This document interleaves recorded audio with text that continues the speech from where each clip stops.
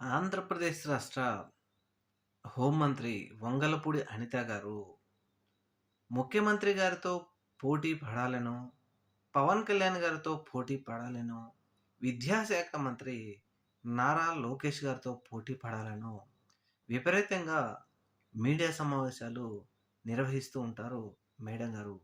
అయితే మన ముఖ్యమంత్రి చంద్రబాబు నాయుడు గారు అనంతపురంలో సూపర్ సక్సెస్ 6 సక్సెస్ సభలో ఆంధ్రప్రదేశ్‌లోని మెడికల్ కాలేజీల విషయంలో మాట్లాడారు. ముఖ్యంగా అక్కడ ముఖ్యమంత్రి గారు మాట్లాడిన మాటలేంటంటే, 17 మెడికల్ కాలేజీలో ఒకే ఒక మెడికల్ కాలేజీని మేము ఓపెన్ చేశాం.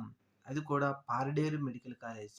మిగతా 16 అలానే ఉన్నాయి. అందుకు మమ్మల్ని క్షమించండి అంటూ బహిరంగంగా ముఖ్యమంత్రి గారు చెప్పారు. అయితే ఈ విషయాన్ని గమనించినటువంటి వంగలపూడి అనిత గారు, అయ్యో! ముఖ్యమంత్రి గారే మాట్లాడేశారు. మనం దీన్ని డబల్ మాట్లాడాలని తెలుసుకొని, అసలు పాడేరు మెడికల్ కాలేజీ ఏం కట్టాడు జగన్? ఇలాగే ఉంది బిల్డింగ్ అసలు పూర్తవ్వలేదు.